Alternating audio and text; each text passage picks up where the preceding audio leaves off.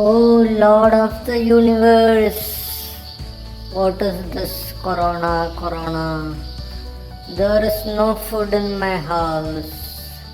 My children are hungry. My wife is crying always.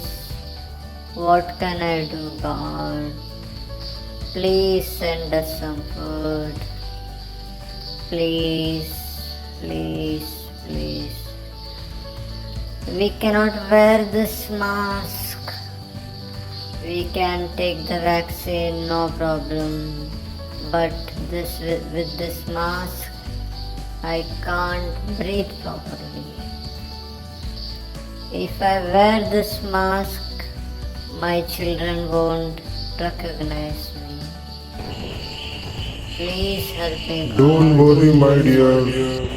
I will take care of you. I will take care of the entire world. I will free all human beings from this corona.